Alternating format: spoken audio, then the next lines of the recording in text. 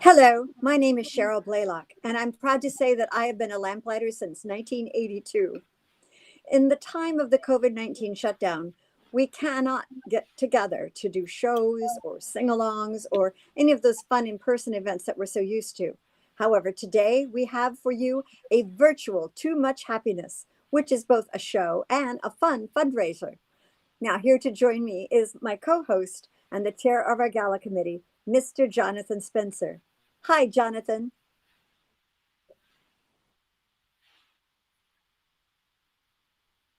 So I'm beginning my 31st season this year. I'll be your co-host this evening. Our extended Lamplighter family was asked to use that creative energy that goes into every one of our productions to contribute to this virtual event a small measure of their boundless talent with the goal of both entertaining you and perhaps reminding you of just how special and important the Lamplighters are. And while we are entertaining you, we will also be asking you to join us with your support. Cheryl, I believe you have some information about our challenge donations today. Yes, I do, Jonathan. Thank you. So today, our goal is to raise $30,000. And for the first portion of that, we have been given a challenge grant of $10,000 from the Gladstone Family Fund for Artistic Excellence. So grateful we are.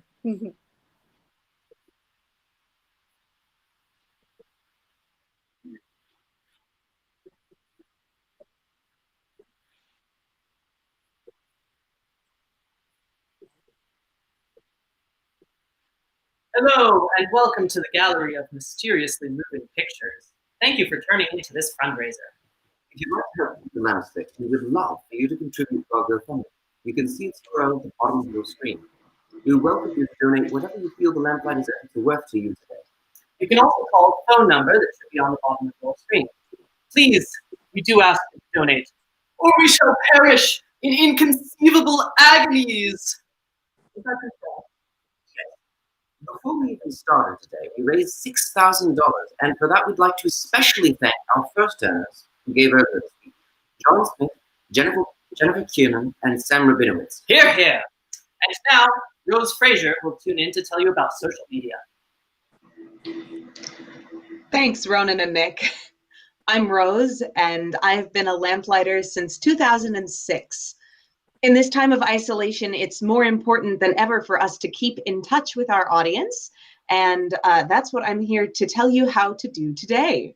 You can follow us on Facebook at facebook.com/Lamplighters, or just search Lamplighters Music Theater. You can follow us on Instagram at LamplightersMT, that's MT for Music Theater, and you can subscribe to our YouTube channel, which is also at LamplightersMT. That's where we will be releasing more archival and original content in the coming months. You can listen to our CDs on Spotify and Amazon Music, and you can visit our website, www.lamplighters.org, to subscribe to our mailing list, where we will update you on our upcoming virtual and eventually live programming. We also encourage you to join the comment section below this performance on YouTube, and also on Facebook and on Instagram.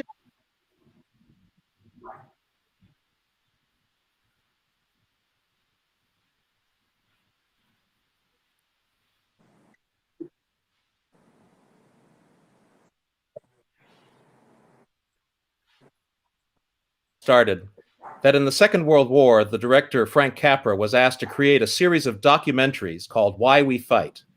And the goal of these films was to remind the American people about the reasons we needed to pull together to defend the things we hold dear. So with that in our thoughts, we called on members of our company to take a moment to tell you why we sing and why we stand just a little bit taller when we say, I am a lamplighter.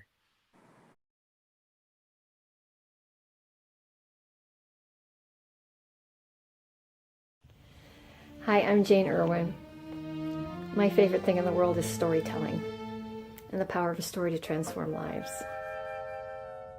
In 1988, my high school friend Ben Eilers and I had heard word of a company in San Francisco that did very high-quality Gilbert and Sullivan productions, and we heard that they were auditioning for a double bill of Trial by Jury and HMS Pinafore, two shows that both Ben and I had done in high school together.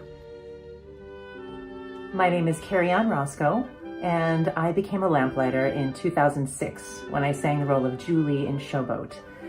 And I had no idea at the time that I was joining a company that would have such a profound effect on me, professionally and personally. Little did I know that I wouldn't just gain a show, I would gain a lifelong family. I performed with Lamplighters every year after that in Ruddy Gore, Patience, and the Gondoliers. Since my debut in 2011, I performed many operettas with the Lamplighters, and every time I step on that stage and take in the grand sets and costumes, the glorious sounds ascending from the orchestra pit, and the voices all around me, I always ask myself, how did I get here? People often ask, why do people stay with Lamplighters for 20, 30, 40 years? It's because we are a family. Countless lifelong friendships and many marriages have had their beginnings with the Lamplighters. Hi, I'm Barbara Hero, and I've been a Lamplighter since 1974. And I'm Bill Neely, and I've been a Lamplighter since 1978. And we've been a Lamplighter couple since 1980, since the Iolanthe production in 1980. I like to tell our story as I was a fairy and he wasn't. I joined the Lamplighters in 2013 as an eager assistant stage manager who also had access to dry ice, but still couldn't run a fog machine. So they taught me how to do that and many other things along the way. Now I'm stage managing around the Bay Area for many different opera companies, but I still come home to Lamplighters because my name is Elizabeth Reeves and I am a Lamplighter. Being part of that ensemble, the blending of voices, the reminder that one voice may not be much, but many voices raised together are a mighty joy. That's why we sing, and that's why I'm a Lamplighter. What always brings me back to Lamplighters and provides the motivation to work in so many capacities for this company is that spirit of inclusiveness and of family, combined with professional and artistic standards of excellence in all departments, on the stage and off. My name is Norman Peck, and I am a Lamplighter. I'm Kat, and I'm a Lamplighter. My name is Emily, and I am a Lamplighter. I am a Lamplighter. I'm Brenna. It's her fault. I'm her daughter. I'm a Lamplighter. And that's why I'm a Lamplighter. I am a Lamplighter. I am a Lamplighter. I'm a Lamplighter. I'm a Lamplighter. And better at delivering the stories that have the power to change the world. And that is why I am a Lamplighter.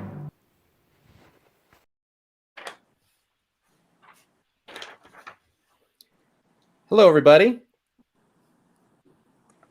And now we're going to be moving on. I believe we're going to our next recorded segment. Lawrence, I believe we're going into the next segment, are we not? With Baker Peebles? With Baker Peebles.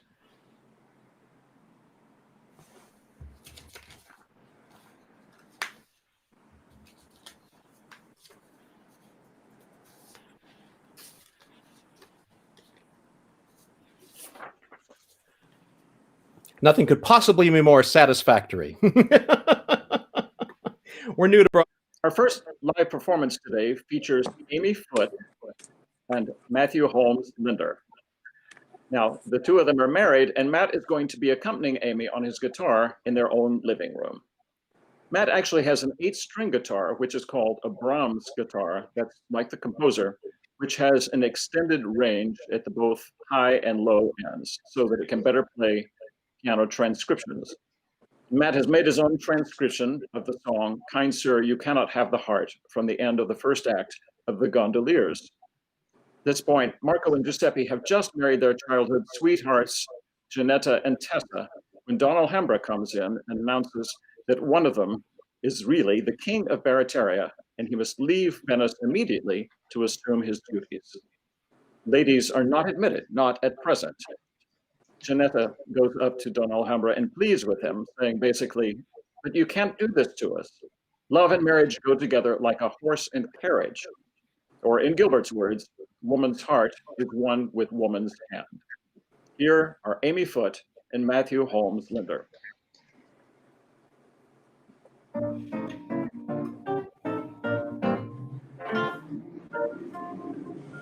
Come say you cannot have a heart high life to part from those who an hour ago we were united. Before flowing hooks you step, look at them and pause before you dare this blow all uninvited. You men can never understand that heart and hand cannot be separated when we go yearning.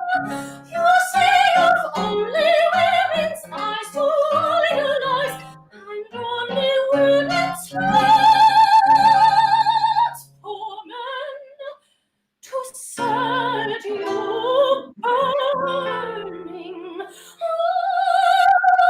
Me, you man, will never understand that woman's heart is one with woman's hand.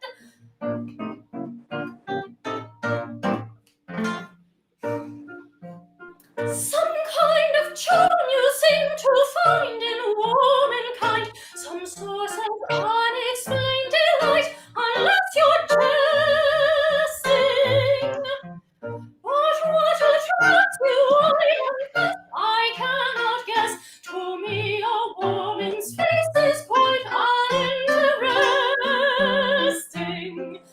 If from my sister I were torn, it could be borne. I should no doubt be horrified, but I could bear it. But Marcus quite another thing. He is my king, he has my heart, and none beside shall ever share it.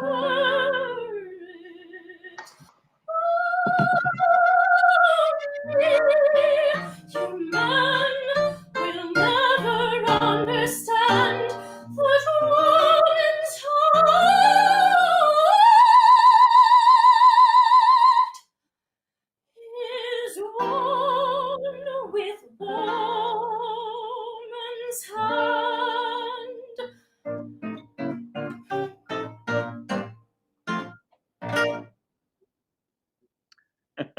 That's wonderful, Amy and Matt. I think this is a brilliant choice to do this number on with a guitar, because the original has so much pizzicato strings. It seems like a natural. So, Amy, you've sung Yeoman Gondoliers twice with us, as well as Cunegonde and Candide, and you were in the vocal quintet in the Little Night Music, as well as playing a robot in our Star Wars gala. Yes, C-3PO, my starring role. Yeah. But you also have a reputation for doing a lot of modern stuff, like Piero in there and the Cunning Little Vixen. How does that mix in with doing Gilbert and Sullivan? Well, Gilbert and Sullivan really brings joy to people, and Cunning Little Vixen and Piero bring joy in a different way to people. Yeah. Well, I suppose that are they different vocally? Oh my God, so different vocally. I think that Gilbert and Sullivan, you have to focus on the words so much more, and especially the Sondheim, Little Night Music. It was so wordy, which I suppose is close to the Piero as well. I guess in all opera, the words are really important, but for some reason in Gilbert and Sullivan, there's so much attention to detail that it feels like you can bring that out a little bit more in that kind of music. What do you feel about the difference relationship with the audience doing a comic piece like Gilbert and Sullivan and more serious stuff? Well, I notice, especially with a lot of Lamplighters shows, it's so nice to see everyone afterwards, and brings so much joy and warmth to my heart, and I know it does to other people's too. And the other music, I get a little bit of a different reaction, where it's very interesting and compelling and passionate. But with Gilbert and Sullivan, it feels like it brings simply joy to people, and so it's a different style of performing, and I like that it brings so much joy to people. Well, I know that our audiences are always happy when you're on our stage, so we love it whenever you come back to sing with us. And thank you, and Matt, both, for this wonderful version of Kind Sir. Thank you so much. Bye. And now back to Jonathan Spencer.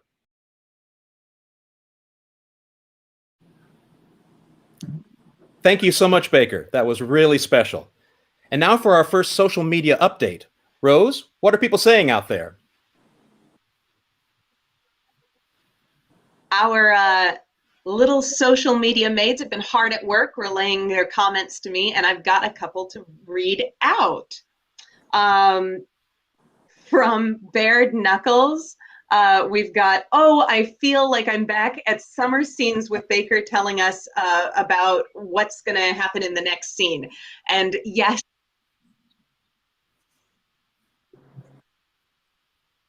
absolutely. That was part of the idea of asking him to do that segment. We've also got lots of people saying hi. We've got greetings from Bonnie Costner in Richmond, Virginia, and we've got greetings from Josh Leichtung in Coral Springs, Florida, and we've got a hello from Portland, Jane Reagan. Thank you so much, everybody, for saying hi. And thank you to the rest of you who are also actively engaged with our virtual Too Much Happiness today.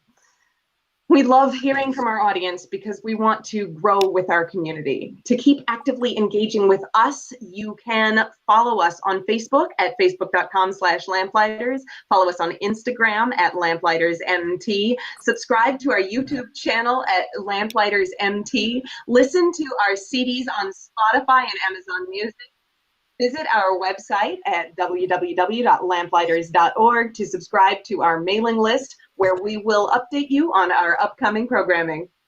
Back to you, Cheryl. Oh!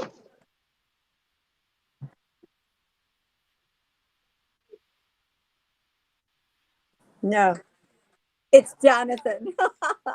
That's my mistake. I used to think that that social media was merely corroborative detail intended to give artistic verisimilitude to a bold and unconvincing narrative, but I was totally wrong. And now let's check back in with Cheryl, who is with another special guest, Lamplighter's favorite, Lawrence Ewing. Thank you.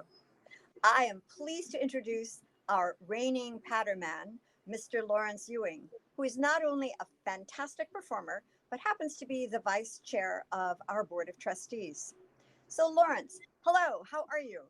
I am so well. I'm happy to be a part of all this. Wonderful. Yeah. Please tell us about some of your favorite roles at Lamplighters.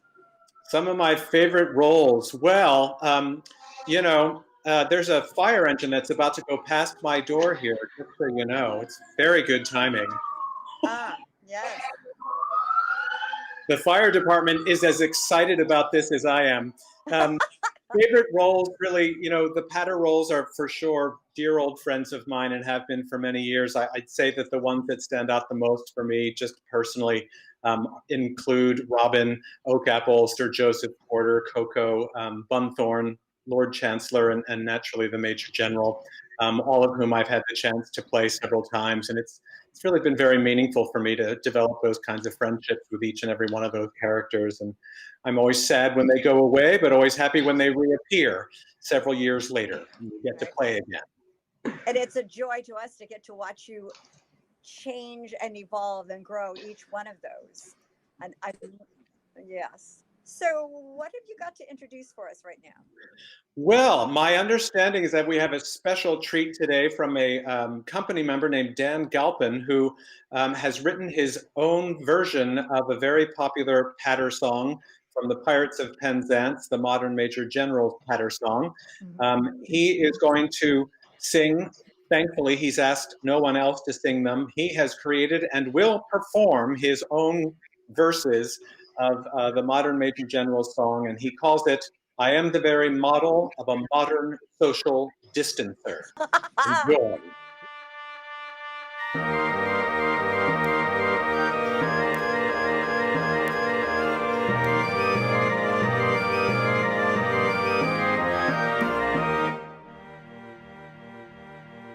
I am the very model of a modern social distancer. I've information medical to make me a persistencer. I know that what we're going through is something quite historical, like Spanish flu and SARS and MERS and all to categorical. I'm very well acquainted too with heavy social networking. I had friends online before the net had started to become a thing. You'll see my feed is always teeming constantly with lots of views. Although it's filled with little more than my opinions of the news. Although it's filled with little more than his opinions of the news. Although it's filled with little more than his opinions of the news. Although it's filled with little more than my opinions of the news. I'm very good at reading through the COVID-19 calculus. The read and comprehended really aren't quite analogous. In short, in matters medical, I'm not quite an assistant, sir. I am the very model of a modern social distancer. In short, in matters medical, he's not quite an assistant, sir. He is the very model of a modern social distancer. Now, in my recent history, I've done my best to isolate. I've stayed away from places where I always used to congregate. The parks and trails where I would go to walk and play and exercise became so crowded fitness could be quite a part of my demise. And in my quest for sanitizer, shower and bleach and baby wipes, I stood in line for hours with some possibly infected types. And after more than one attempt, I finally proved victorious. The photos of my hoarding serve to make my feed notorious. The photos of his hoarding serve to make his feed notorious. The photos of his hoarding serve to make his feed notorious. The photos of his hoarding cut him cut to make his feed notorious.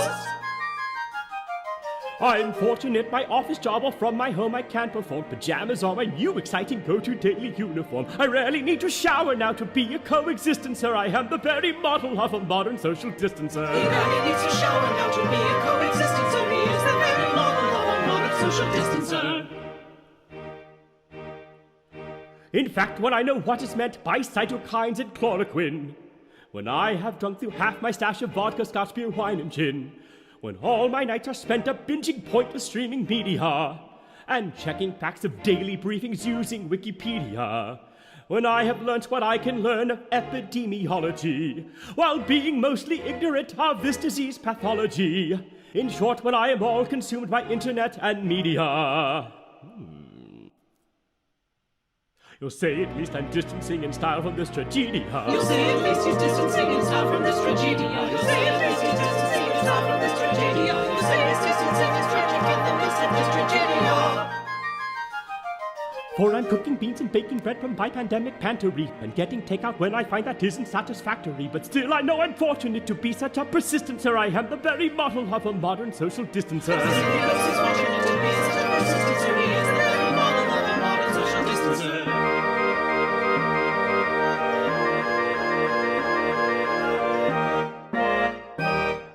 I think the number of versions of the modern Major General song that have been created both by Lamplighters and Galas and across the world are truly endless, and I'm happy that this has been added to the group. Dan's a very clever guy, obviously.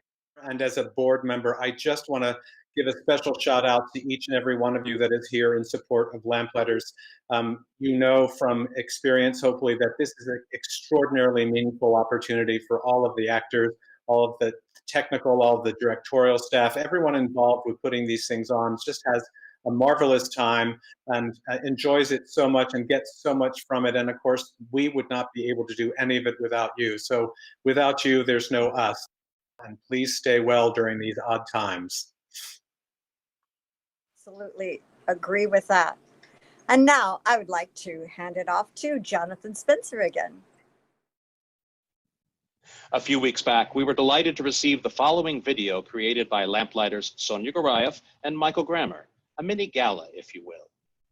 A year has passed since the marriage of the former captain of the Pinafore and his beloved Little Buttercup, and they have never seen any storms appear on their horizon. Well, hardly ever. A fastidious former officer and a self-confessed gypsy are not going to learn to accommodate each other's wildly different lifestyles overnight, especially in quarantine.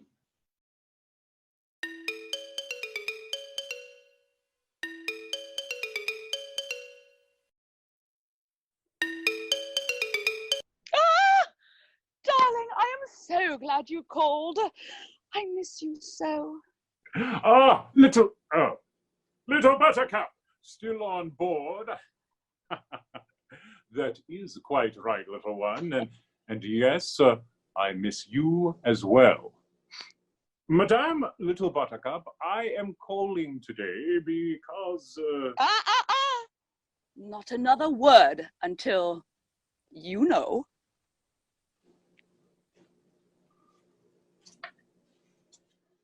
Yes! There's my once and future captain. And how many times have I told you to call me your little B-cup? Remember that sultry night on the bumboat when we... Now, yes, well, never mind the why and wherefore. This is Zoom, and it is not secure. Now then, little B-cup, I am calling because I am concerned. Concerned? Oh, my dear captain, you do dote on me, do you not? I am safe and even comfortable. I've even made a few changes. Do you see? Yes, I do see. I see quite a lot. And though my concerns for her well-being are somewhat assuaged, I am grieved by the state of my quarters. How to approach this with my wife? Oh, 'tis a delicate diplomacy which raises its masthead betwixt us. My dear wife. We even have a cat. His name is Wee. But he is the Pinafores rat-catter. Nonsense! He is my familiar and my PSA. Pandemic support animal. My psychic certified him only yesterday. Would you begrudge me this small comfort when you cannot? No, my dear. But perhaps... Goodness me! Why, what was that? Sorry, dear. It was the cat. Of course, it was the cat. My darling wife, I must convey to you the importance of a well-ordered, sanitized environment. It is meet that we rise to the standards of the Queen's Navy, as well as to those of the World Health Organization. As you see, my darling,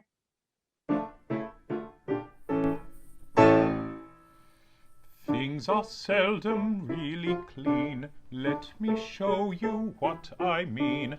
I just dusted off my desk. Will it pass the white glove test? I agree patently. Are you using Clorox wipes? Please don't flush them down the pipes. Don't forget to sweep and mop. What is he, some kind of cop? It is wise, sanitize. Drop the act, stop being a pill. No one here is getting ill. Put a burger on the grill. Can't we just Netflix and chill? Yes, I guess. What a mess. Though to prove my point I'm striving. She is lazy, she is lazy. Now I can't remove this scuff mark. Going crazy, going crazy. I'll be cleaning every instant whilst remaining socially distant. Soon I will be germ resistant. Yes, I know. Do you sanitize your hands? God, this stuff's in high demand. If you can't find that at all, isopropyl alcohol. Alcohol, alcohol. My hair's in a messy bun. Day drinking is so much fun. This one is an eggy chard. Can I read your tarot card? Stay on point. Smoke a joint. masses make my captain grouchy. I'm not getting off the couchy. Red and round and kind of pouchy. Blame it all on Dr. Fauci. Oh, I'm told, is that mold?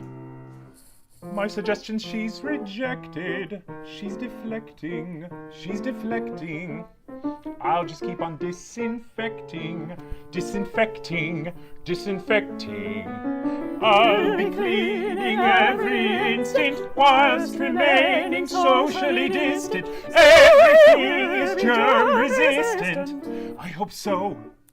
Gotta go. I'll be cleaning every instant whilst remaining socially distant. Everything is germ resistant. I hope so. Gotta go. Damn me!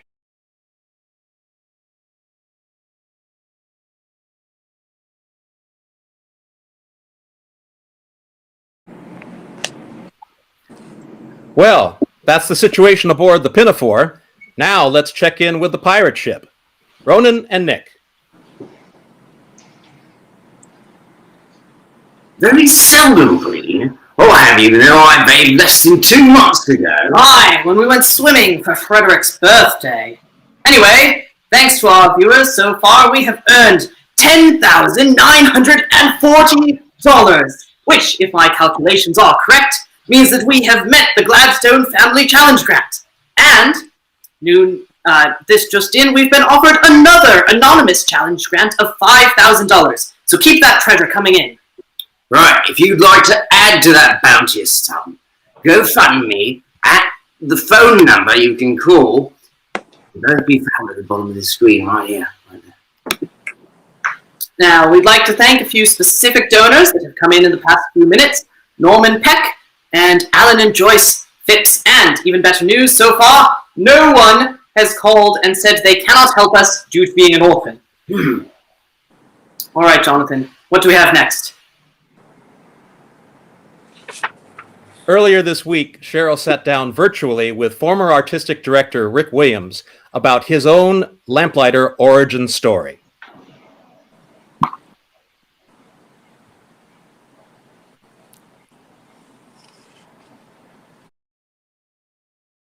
I'm here with one of Lamplighter's most famous patter baritones, Mr. Rick Williams. Hi, Rick. How are you? Hi, I'm great. Nice to see you, Cheryl. Good to see you, too. So tell me, how did you become a lamplighter? Well, I first found out about the Lamplighters in 1966 when I was performing Coco in a little community production in Palo Alto. Somebody in the cast said, you know, there's this group, and this was in the late 60s. Somebody said there was a group in San Francisco I should see called the Lamplighters. I can't remember how I located them, but they were performing at the Harding Theater on Divisadero, which is where the Lamplighters were at that time. Mm-hmm. And so I went up and saw it. It was just me. I went alone, and I was absolutely blown away. Mm-hmm. And that was in 1966. And you can look it up in this book. And this man, Orva Hoskinson, playing Bunthorne in this picture, was the director. He was not on stage. And this woman, June Wilkins, was playing Kadisha. And she was unbelievable.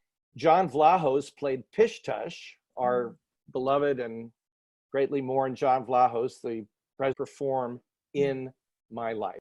My very first performance was, I was in the chorus of Ruddy Gore in 1978. Orva Hoskinson was the director, and I lucked out. My second show, I got to become an understudy. And I auditioned for that one at Orva's house. He turned to me and said, well, would you consider, you know, playing the major? We need an understudy. You could understudy the major. I didn't get a patter role until first I'd played a patter role at Gilbert and Sullivan Society of San Jose.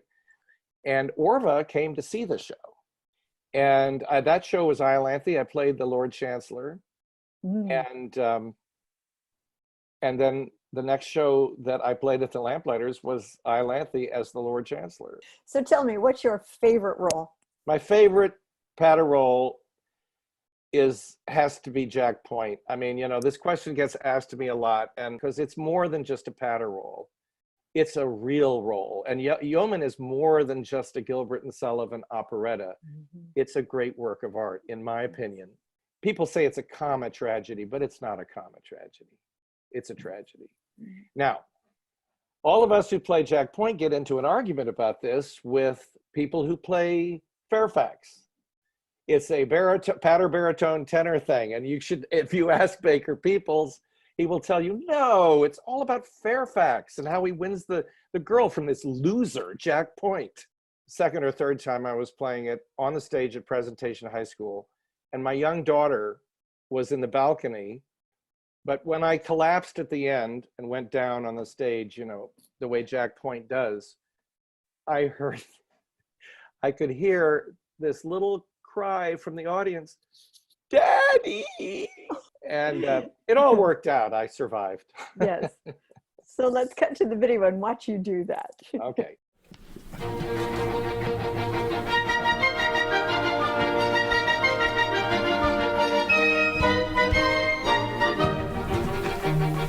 Private Buffoon is a light-hearted loon if you listen to popular rumor. From the morn to the night, he's so joyous and bright, and he bubbles with wit and good humor. He's so great and so terse, both in prose and in verse, yet the people forgive his transgression. There are one or two rules that all family fools must observe if they love the profession. There are one or two rules, half a dozen maybe, that all family fools of whatever degree must observe if they love the profession. If you wish to succeed as a jester, you'll need to consider each person's auricular. What is all right for B would find scandalize C, for C is so very particular. And D may be dull, and E's very thick scholars is empty, and brains is a ladle. While F is F sharp, and will cry with a carp that he's known your best joke from his cradle. When you humor they flout, you can't let yourself go. If it does put you out when a person says, ow! I had known that old joke from your cradle. If your master is surly from getting up early and tempers are short in the morning, and an opportune joke is enough to provoke him to give you at once a month's warning, then if you refrain, he is angry again, but he likes to get value for money. He will ask then and there, with an insolent stare, if you know that you're paid to be funny. Oh, it adds to the task of the management's place, and your principal asks with a scowl on his face, if you know that you're paid to be funny. Comes a bishop, maybe, or some solemn DD, oh beware of his anger provoking. Better not pull his head off the pins in his chair, he don't understand practical joking. If the jest that you crack have an orthodox smack, you begin a bland smile when you sage him, but should they by chance be imported from France? Half a crown is not out of your wages. It is general rule, though your zeal may quench, if the family fool says a joke that's too French, half a crown is stopped out of his wages. Though your head it may rack with a bilious attack and your senses with toothache you're losing, don't be mopey and flat, they don't find you for that. If you're properly quaint and amusing, though your wife ran away with a soldier that day and took with her a trifle of money, bless your heart, they don't mind. They're exceedingly kind. They don't blame you so long as you're funny. It's a comfort to feel if your partner's your friend. Though you suffer a deal, they don't mind it a bit. They don't blame you so long as you're funny.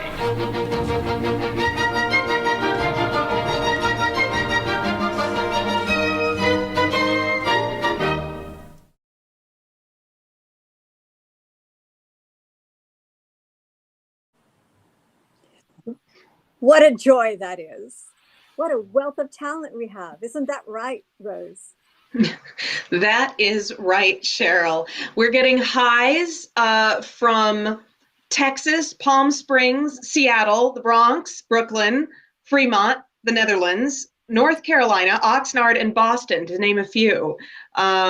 Also, our little social media maids have been sending me other comments, such as this one from YouTube_Masha, who says, we've been coming to Lamplighters shows for years with our boys since they were 5. You might have seen them laughing and jumping from joy in their seats in the front rows. Aw. Masha also says, even now that they're teenagers, they're laughing it up at the modern social distancer song. Oh, I'm so glad. Oh, yay. Okay. She says, hope to see you in person at some point soon. Well, we also hope that very much. If you're just tuning in or you haven't done so already, I encourage you to join our community by following us on Facebook at facebook.com/Lamplighters, on Instagram at LamplightersMT, subscribing to our YouTube channel at LamplightersMT, listening to our CDs on Spotify and Amazon Music, and visiting our website, www.lamplighters.org, to subscribe to our mailing list where we will update you on our upcoming programming. Back to you, Cheryl. Thank you, Rose. What a great update. And didn't you start with Lamplighters for one of the GNS programs? You know, yes, Cheryl, I did. I fell in love with Lamplighters Music Theater through the Gilbert and Sullivan Scenes Summer Camp. I'm Martin Lewis, and I'm here I to started talk to you attending about the camp in 2005, and I did my first main stage show the following year, 2006. Lamplighters quickly became my family, and so I guess the camp really changed my life. And we are the better for it. Interactive Thank assembly. you so much. Here now to tell us about Lamplighters GNS scenes and also our in-school programs is a performer and teacher that I fondly remember working with in the Gondoliers and Where's Charlie back in 1988. Please welcome Mr. Martin Lewis. Thank you, Cheryl. Hi, I'm Martin Lewis, and I'm here to talk to you about some of the educational outreach opportunities the Lamplighters offer, to introduce the delightful world of Gilbert and Sullivan to young people, to encourage young performers to participate, and to build new generations of audiences.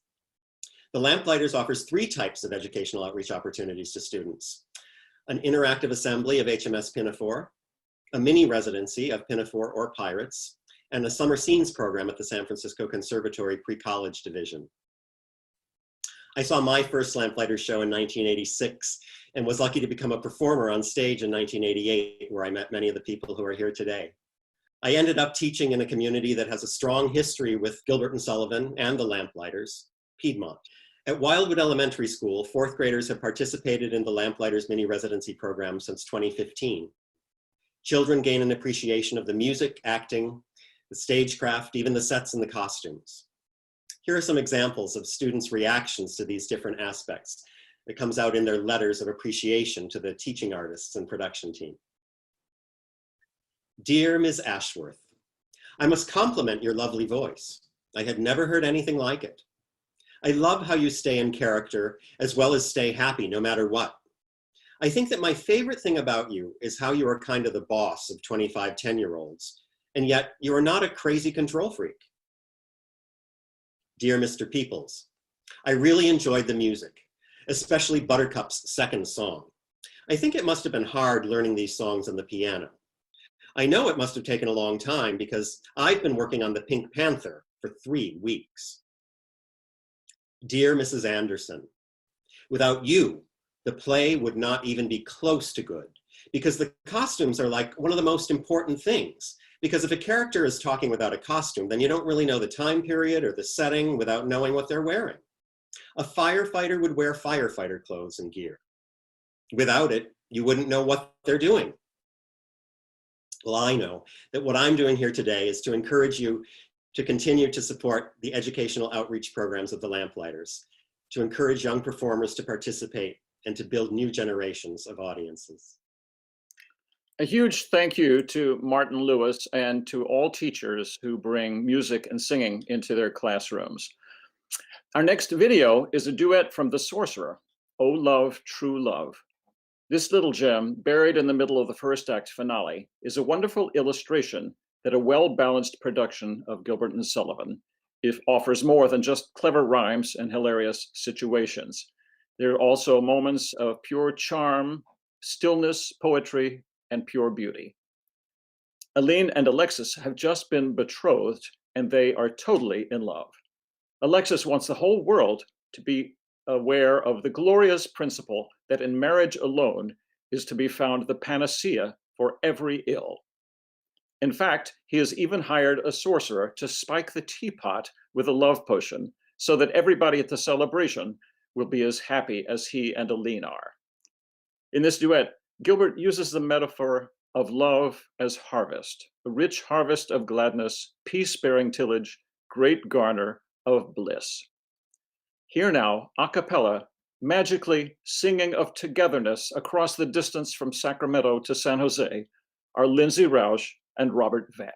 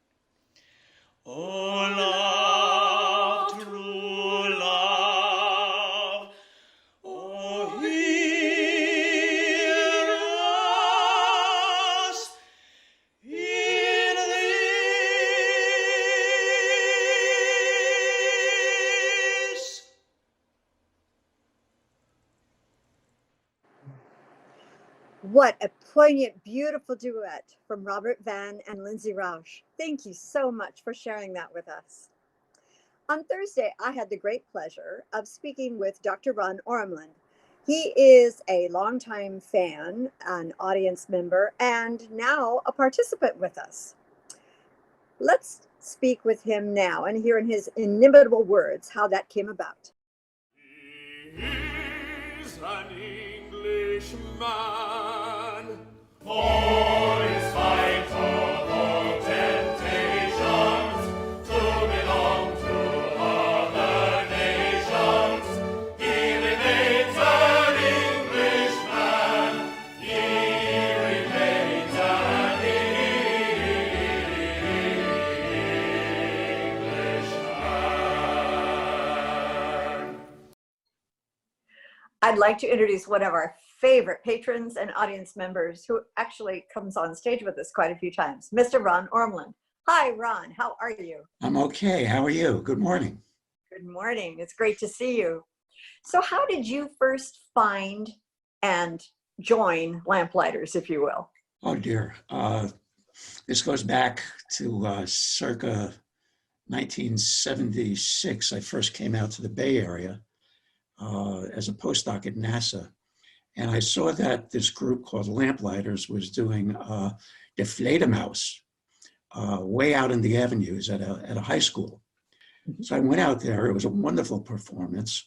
And at the end, one of the principals came out on stage with the whole crew and spoke to the audience out of character, just saying how much they appreciated the audience. I said, boy, this is really nice. It's a sort of a family affair.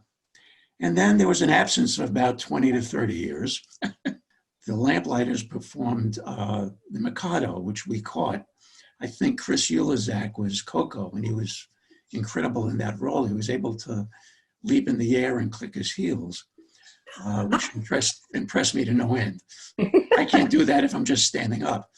And I had a meeting in Japan to go to, and I only caught about half the lines in the Mikado that were hilarious. So I bought a libretto to read on the plane, and I was hooked. And I got to Japan and nobody understood what the heck I was talking about. I started doing more, and then I signed up for a walk-on. Right. Though you are our favorite walk-on artist. Oh dear, this is being recorded. I shouldn't say that. Well, it doesn't take any effort. I mean, I write a check and they say, all right, go on. And then they say, get off before you screw up anything. And it's a lot of fun. I mean, it's a bucket list thing. And I enjoy rubbing elbows with the crew. And you really get an appreciation for the complexity of what a production is involved. Would you recommend others try that out? Absolutely. It's a nice way to raise money. And you might have to put on a pair of tights or something like that. And the Lamplighters is a wonderful institution. But who wants to be in an institution? No, I'm serious.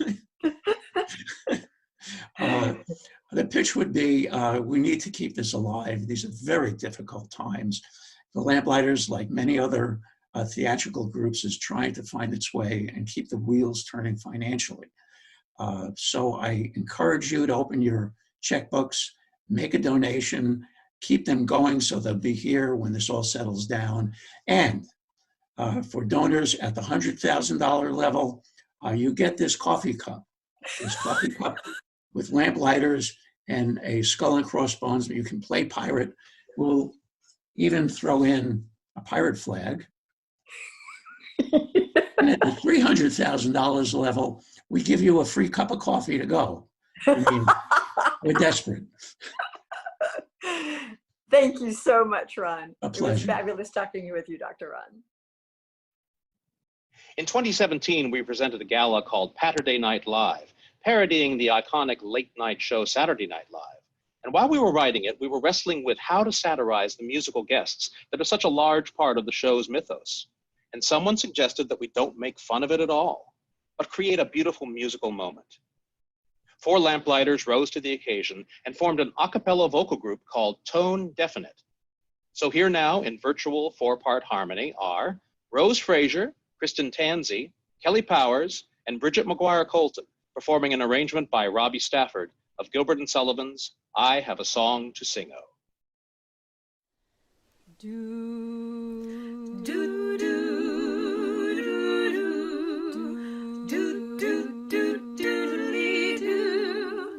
Attend to me and shed a tear or two, for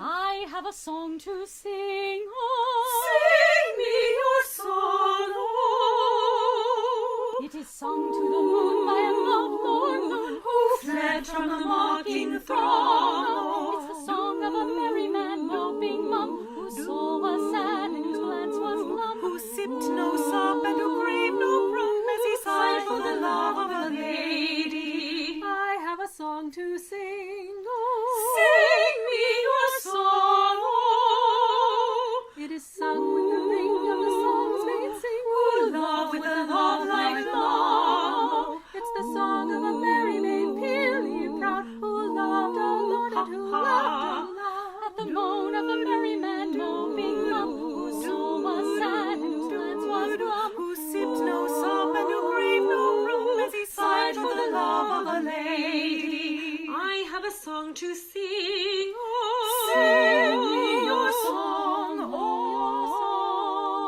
it is sung to the knell of a churchyard bell and a doleful dirge ding dong. Oh, it is song of a popinjay bravely born, who turned up his noble nose with scorn at the hum of merry maid, peerly proud, who loved a lord and who loved a love. At the moan of a merry man moping mum, whose soul was sad and whose glance was glum, who sipped no sop and who craved no rum as he sighed for the love of a lady. I have a song to sing. Oh, sing me your song. Oh, 'Tis sung with a sigh and a tear in the eye, for it tells of a righted wrong. It's the song of a merry maid once so gay, who had turned on her heel and tripped away from the peacock puppetry bravely born, who turned up his noble nose with scorn at the humble heart that he did not prize. So she begged her please, with downcast, for the love of the merry man moping mum, who soul was sad and whose glance was glum, who sipped no sop and who craved no crumb, as he sighed for the love of a lady.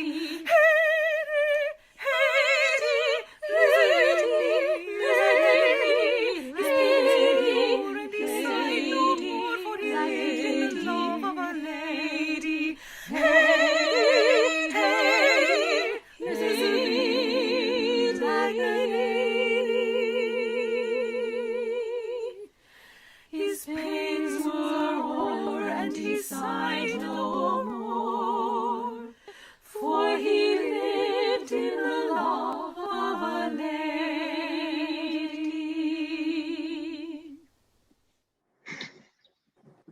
Hello again. I am Rose from our social media segments and also from that video that you just watched. And I am here with Dr. Robbie Stafford, who has worked with Lamplighters, both performing on stage and music directing from the pit. Welcome, Robbie. Hi, Rose. So how did you first become a Lamplighter?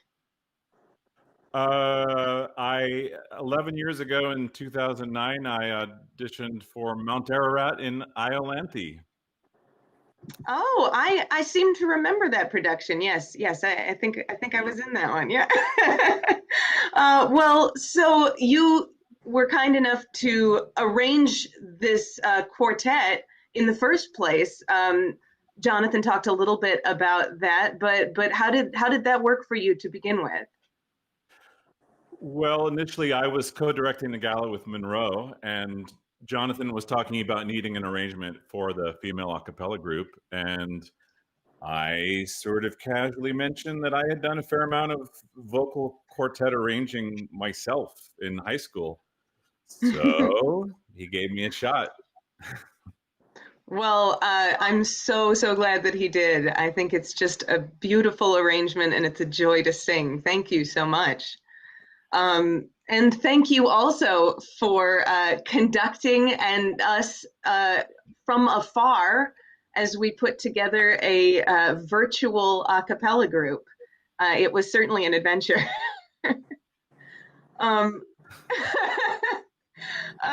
So how do you feel about adapting our usually live medium to the virtual world? Great. I mean, streaming live video, as we all now know, is a huge challenge. Oh, yeah. I mean, I'm proud to be part of this occasion. I mean, but I'd also say that we've known since way before this quarantine that people love their motion pictures with sound. And I think it's excellent and practical for the Lamplighters to get really good at making videos, live or not, in order to serve all these wonderful shows in our repertoire. I could not agree with you more. Thank you so much. And now we're going to go back to Ronan and Nick for an update on our donations.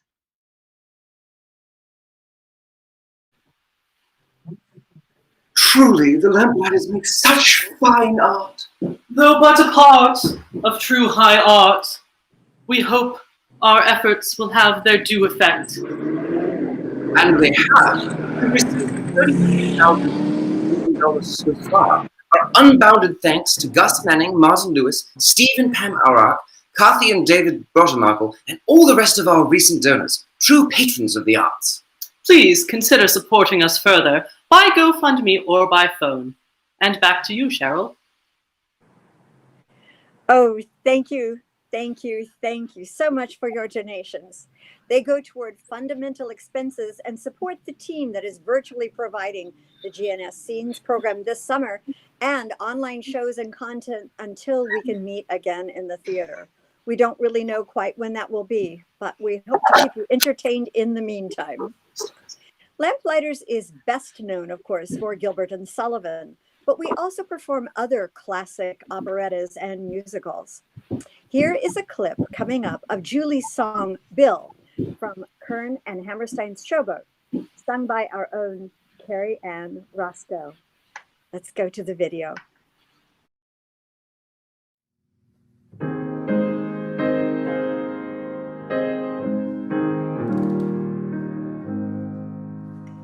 I used to dream that I would discover the perfect lover someday.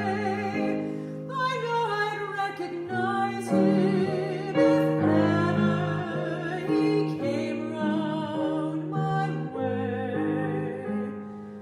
I always used to fancy that he'd be one of the godlike kind of men, with a giant brain and a noble head, like the heroes bold in the books I read. But along came Bill, who's not the type at all. You'd meet him on the street and never notice him. His form and face, his manly grace, are not the kind that you would find in a statue. Oh, I can't explain. It's surely not his brain that makes me thrill. I love him because he's wonderful, because he's just my Bill. How lovely, how lovely. Carrie is equally comfortable with old musicals, with Sondheim, and with Sullivan. We're thrilled to have her as a performer and a board member. Our planned season for 2021, if we get to present it, would open with Iolanthe, then move on to The Mystery of Edwin Drood, and finally we would do Utopia Limited, the last one of our CD project. We don't know when we'll be able to actually be back in the theater to see you personally, but we do hope that at least by May we'll be able to do Utopia. So here to talk with me about that is the stage director for Utopia, Mr. Phil Lowry. Hi, Phil. Hi, Cheryl. Thanks. Very, very happy to be here and very excited. Looking forward to Utopia. I thought for the longest time I was one of the few people who actually liked it, but looking forward to it now. I directed it once before for Lyric Theater of San Jose, and I'm very excited to take some ideas we started with then and develop it further here for Lamplighters. Some things I'm really excited about when it comes to this piece is I think it's one of the most modern, probably the most modern piece of the GNS canon, in that it addresses a world in very, very rapid change, which to me feels like the world we're living in right now. It's also one of, I think, the sharpest satire, which I really appreciate. I think by this time in Gilbert's career, I think he's kind of stopped being polite and he just goes right for the throat. And what special ideas do you have for this production with Lamplighters? Well, I'd start with this. You know, if you look at the subtitle, it's The Flowers of Progress. And this piece is all about progress. And there's an interesting thing that happens in Act 2 when things that would tend to inhibit progress are removed, such as bureaucratic control. And progress moves at a really rapid pace. So I would say look for some time bending and look for some really fun costume and scenic ideas, including some amazing video scenography. We now have wonderful video artists in our company now, and I cannot wait to employ them in this endeavor. Thank you, Phil. I really look forward to your production. It sounds so exciting. And now, thank you. Now back to Jonathan. Over the years, among the Galas songs that get the most requests to be reheard is the Platter Trio. This parody was born back in 1993 in our gala Lights, Camera, Murder, a pastiche of both film noir detective dramas and Hollywood Bible pictures. Down and out private eye Brick Trowell is trying to solve a murder at a golden age movie studio, which takes him from soundstage to soundstage, where the worlds of William S. Gilbert and Cecil B. DeMille collide. And in her brilliant parody of the tale of Salome, lyric writer Barbara Herreau imagined the rapid-fire Matter Trio from Ruddigore as the perfect vehicle. In 2012, we brought that song back for our 60th anniversary gala. And now here are Michelle Schroeder as Salome, Bill Neal as King Herod, and Christopher Walken as John the Baptist in The Platter Trio. Uncle Herod, John the Baptist has spurned my advances, and I can't stand it. Hast thou complied with mine every wish? Yeah, see? I did what you said, see? I severed his head, see? Ooh. Yeah, down by the red, see? Here's Johnny!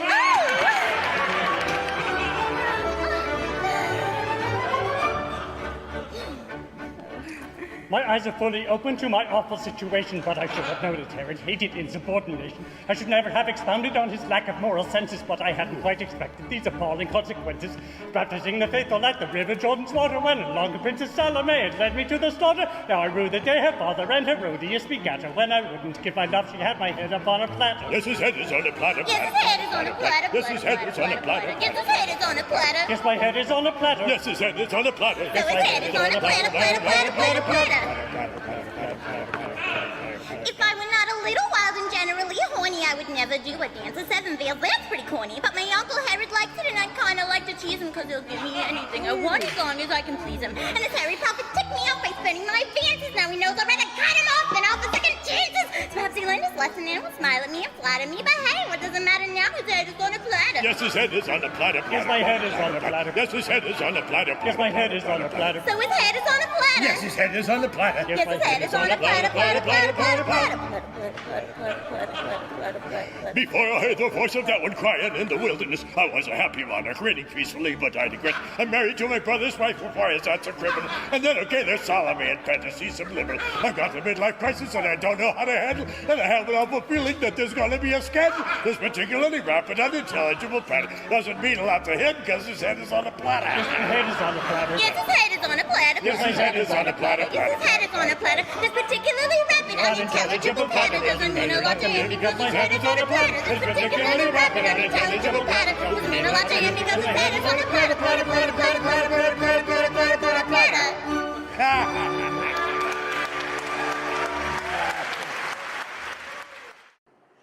I'm reeling. Your gala committee is incredibly talented, Jonathan. Thank you, thank you. I can't claim any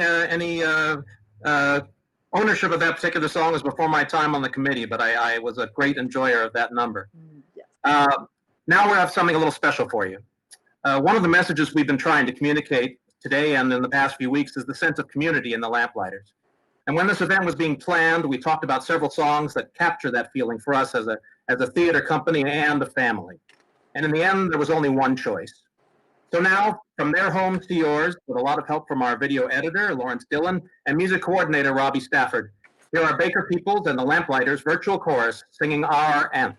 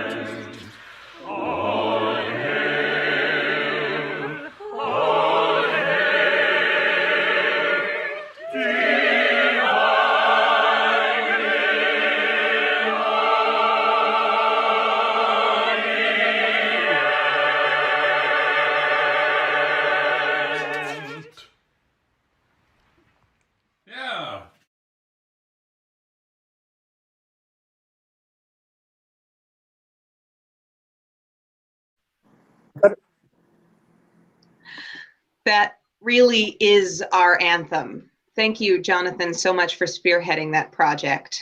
Singing Hail poetry together is one of the times that I feel most connected to my Lamplighters.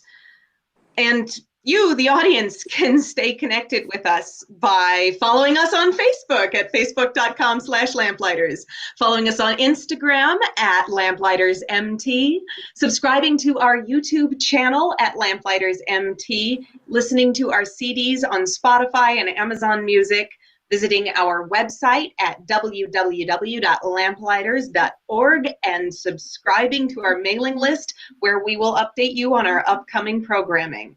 And of course, you can connect with us by liking and commenting on our posts, including the comments section of this live stream, where our 3 little social media maids are ready to respond. Here are some of the comments that I've received from them, from Marilyn Bansell. This is the first Lamplighter event that she has attended where she can chat out loud in the back rows with no consequences.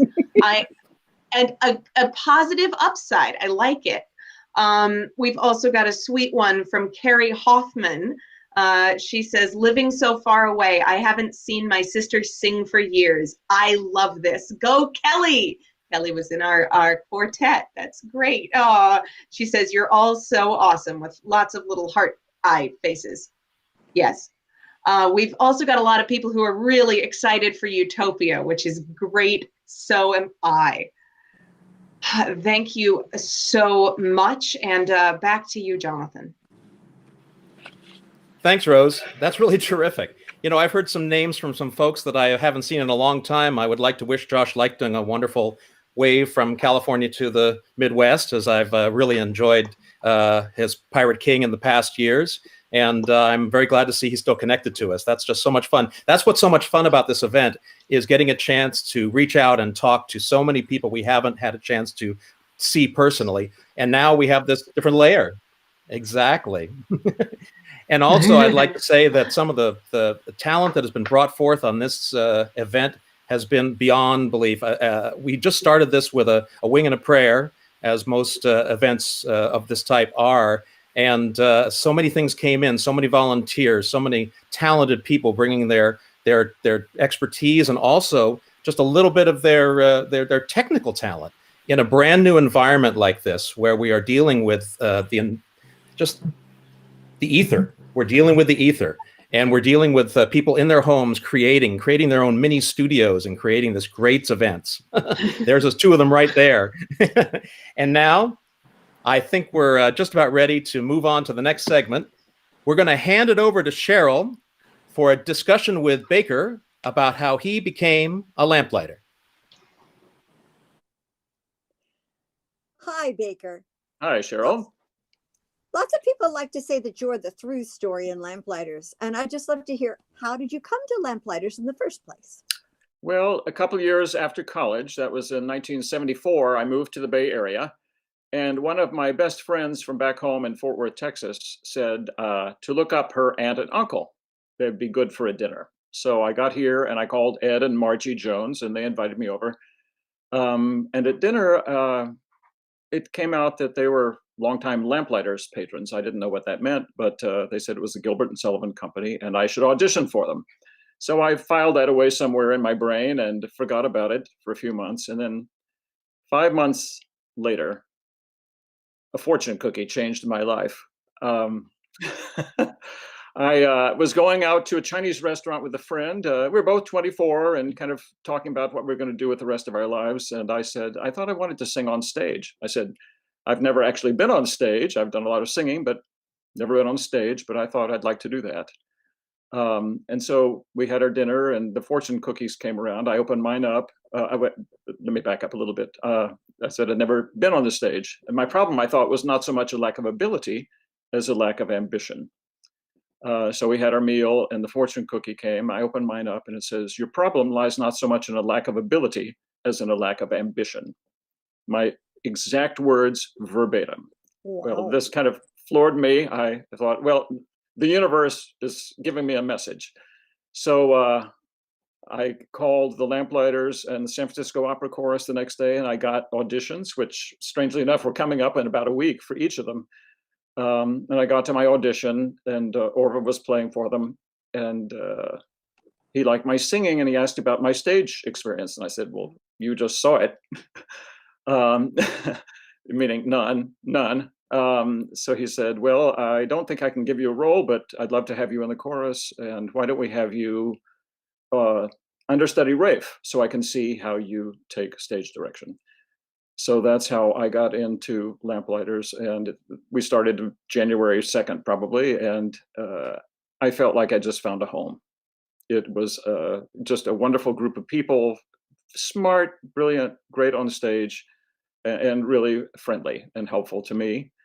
And Orva was, well, I feel like working with the Lamplighters that first year was like my going to grad school, because I got a little time on the stage, and then he cast me as the Duke of Dunstable in Patience in the summer, and Dr. Blint in Fledermaus in the fall. And then Yeoman was coming around the next time, and I got cast as Colonel Fairfax, which is one of the biggest, most important tenor roles in all. And so I got it, and it was wonderful to sing, but it's a very, very complicated role, very layered, in particular some scenes. And there was one place where Orva says, "You're going to get this scene if it kills me." But anyway, I learned so much from not only from Orva and from Gil Russick, our conductor, but from all the other players. They just were so experienced and had such a feel for this repertoire. As I said, it was just like this was my graduate school in performing. So I stuck around I did every show for 4 years and did almost all the tenor parts. I never did Rafe in a full production. But I did almost all the other GNS parts, and I just can't imagine what my life would have been without that. And it was all that fortune cookie. I mean, it really, I look back on my life, and I look at some junctures and think that was a pretty slender thread that everything hung on, and if I had not been in that room at that time, had that conversation, I would have had a totally different life. Might have been very good, but it wouldn't have been this one.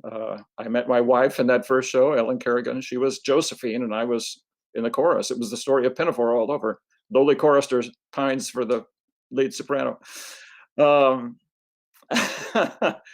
it's wonderful, but I just can't imagine my life without the Lamplighters. I mean, every time I'm in one of these shows, singing it or conducting it, playing piano for it, or working with kids in it, it just brings such joy. I mean, it's just, and I feel that audiences after coming to one of our shows always feel better afterwards than they came when they came in. They go out humming melodies and laughing at lyrics and that sort of thing. And I think Gilbert and Sullivan didn't realize what a gift they were giving all of us by writing their wonderful shows. And I am continually amazed at the polish of both the music and the lyrics and how beautifully they fit together, even though the two men apparently couldn't get along, to say, but they were brilliant together and brought out the best artistically in each other. And I think we all benefit from it. Thank you so much, Baker. Now let's go to a video of you in your favorite role, Colonel Fairfax.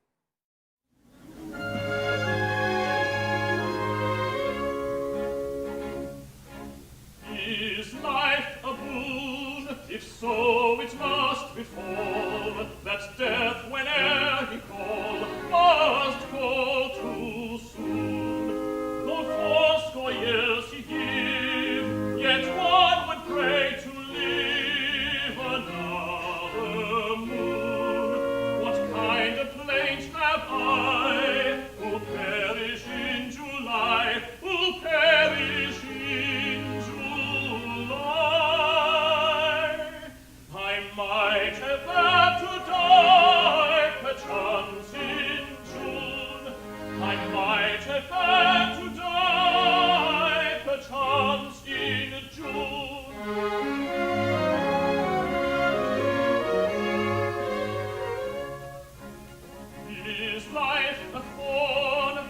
count it not a whit, maid, count it not a whit, man is well done with it. Soon as he's born, he should all needs essay to put the plague away. And I, forewarn, poor captured fugitive, my life most gladly give. I might have had to live another morn. I might have had to live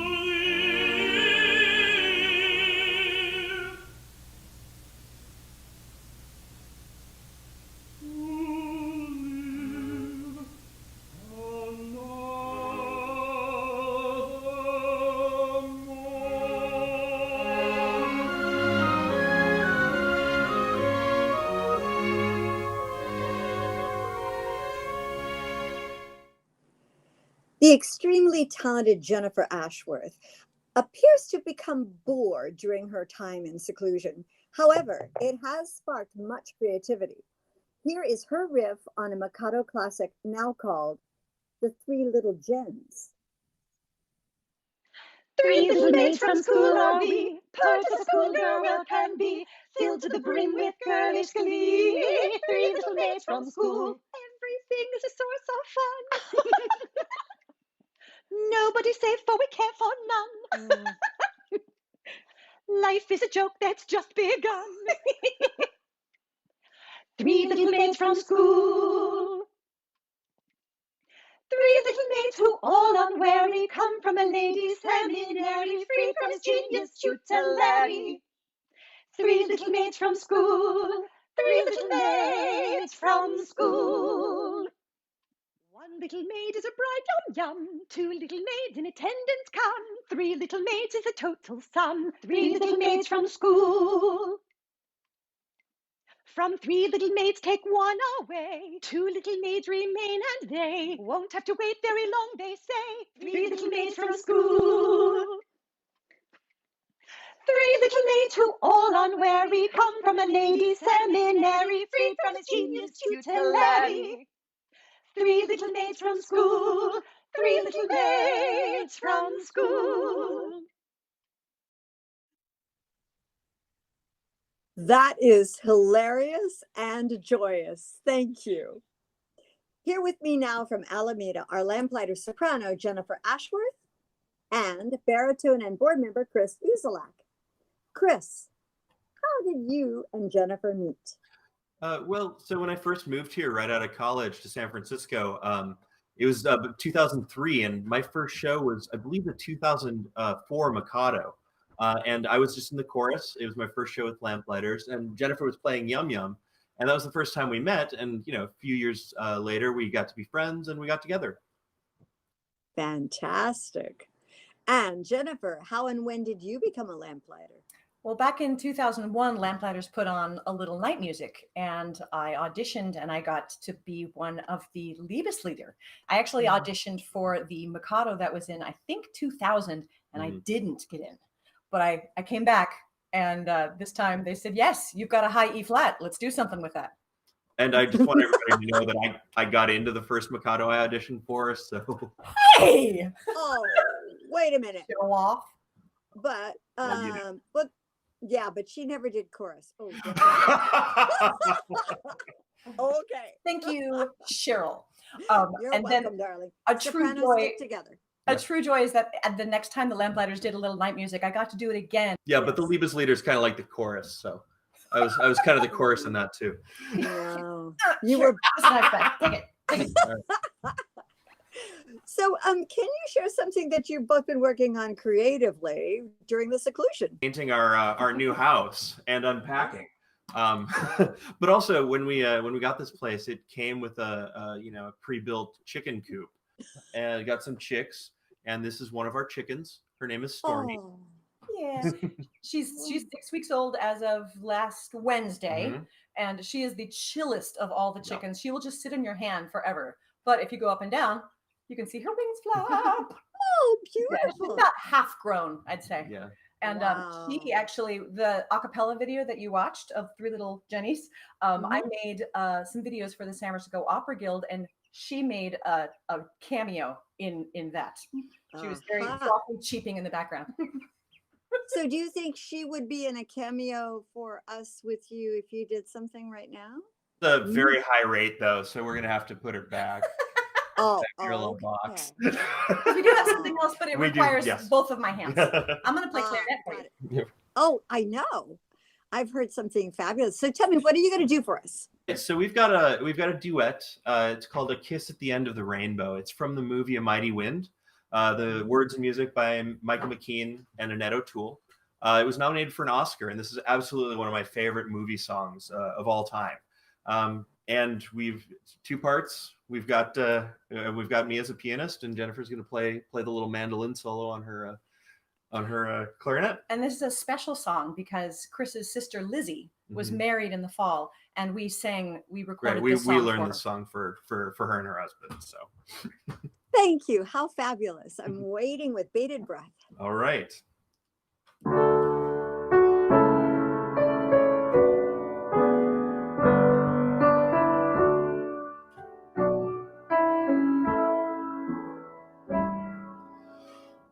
When the veil of dreams has lifted and the fairy tales have all been told, there's a kiss at the end of the rainbow, more precious than a pot of gold.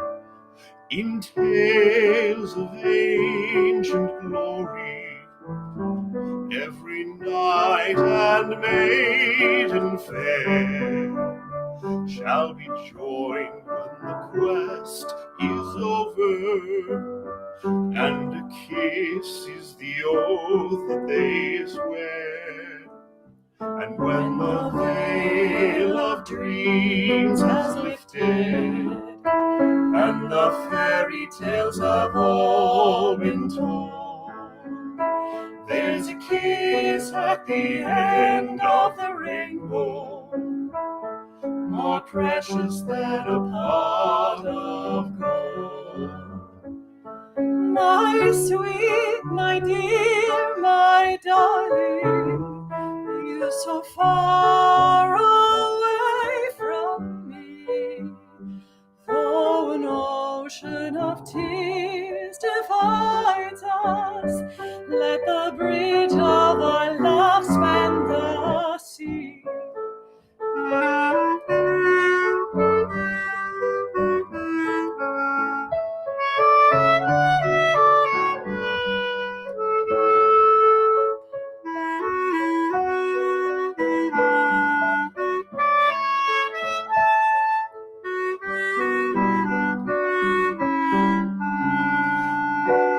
Your kiss, there's a kiss at the end of the rainbow, more precious than a pot of gold.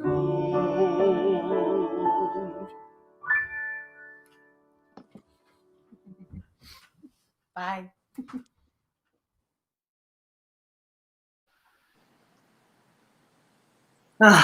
Wasn't that duet absolutely divine?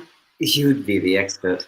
We just got a message from Akisa Mikado, our office manager and donations coordinator. Yes, she says, delightfully, we have raised $44,786, and some of our top donors in the past few minutes have been Eric Ratner, David Whitehead, Robert Dorset, and Jane Irwin.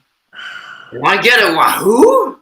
And for those who didn't want to click away and miss one moment of our wonderful stream in the past hour, our GoFundMe and phones will be open throughout the week to accept your donations. Let's get back to Rose. What have people's impressions of Too Much Happiness been so far? Well, I'll tell you, everyone is loving it. We've gotten so much love from our audience, and We are just absolutely over the moon that you've been participating so much in comments and that you have been donating so much. Thank you. Thank you very much. If you have been enjoying today's programming, please be sure to subscribe to our YouTube channel, where we will be rolling out more virtual content, both original and archival, in the coming months. You can find our CD project on Spotify and Amazon Music.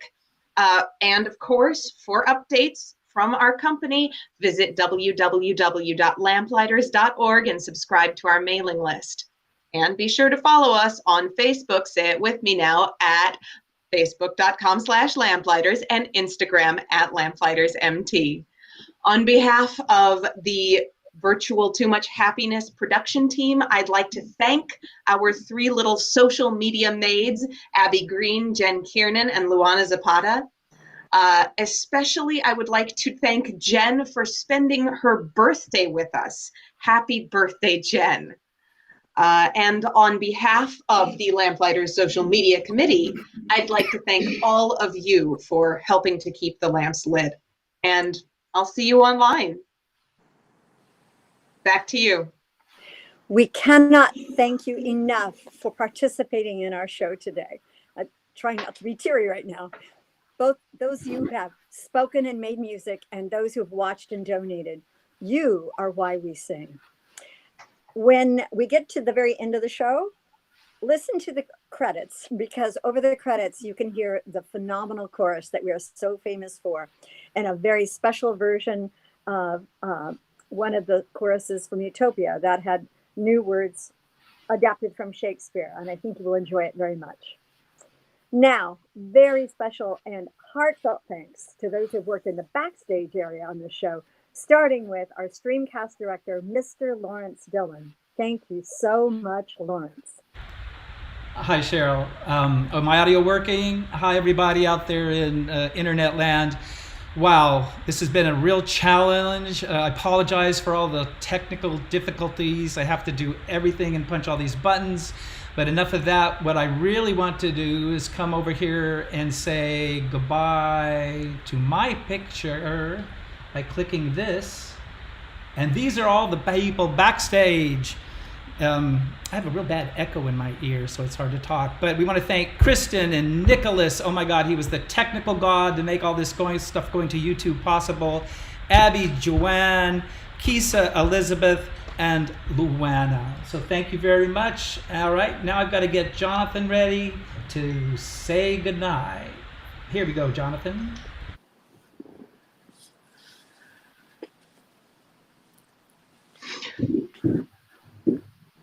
Uh-oh.